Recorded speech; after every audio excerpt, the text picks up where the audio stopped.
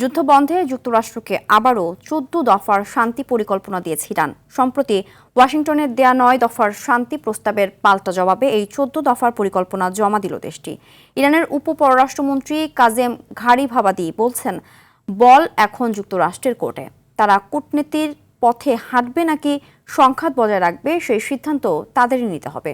অন্যদিকে মার্কিন president Donald Trump বলেছেন, তিনি শিগগিরই প্রস্তাবটি পর্যালোচনা করবেন।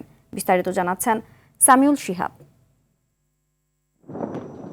লেবানন সহ সব রণাঙ্গনে চলমান যুদ্ধ স্থায়ীভাবে বন্ধের লক্ষ্যে যুক্তরাষ্ট্রের কাছে ১৪ দফার শান্তি পরিকল্পনা পেশ করেছে ইরান। দেশটির আধা সরকারি বার্তা সংস্থা তাসনিম নিউজ এক প্রতিবেদনে এ তথ্য জানিয়েছে। প্রতিবেদনে আরও বলা হয়, আলোচনার জন্য ২ মাসের সময় চেয়ে যুদ্ধবিরতির প্রস্তাব দিয়েছিল যুক্তরাষ্ট্র। তবে তেহরান তার নাকচ করে দিয়ে বলেছে, যাবতীয় সমস্যার সমাধান ৩০ দিনের মধ্যেই হতে হবে।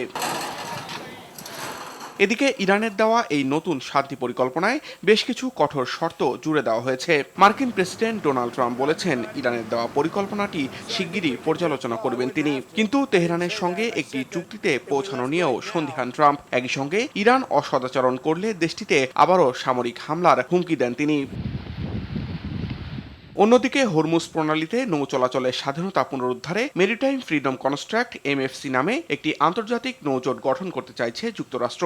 মার্কিন পররাষ্ট্রমন্ত্রী মার্কো রুবিও ইতিমধ্যে MFC গঠনের অনুমোদন দিয়েছেন। স্টেট ডিপার্টমেন্ট ও পেন্টাগনের যৌথ উদ্যোগে হরমুজে জাহাজ চলাচল নিরাপদ করতে কাজ করবে জোটের দেশগুলো।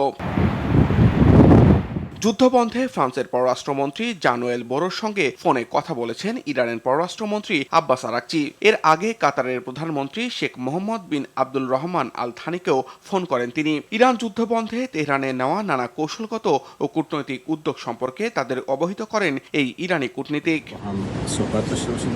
সামিউল শিহাব, RTV।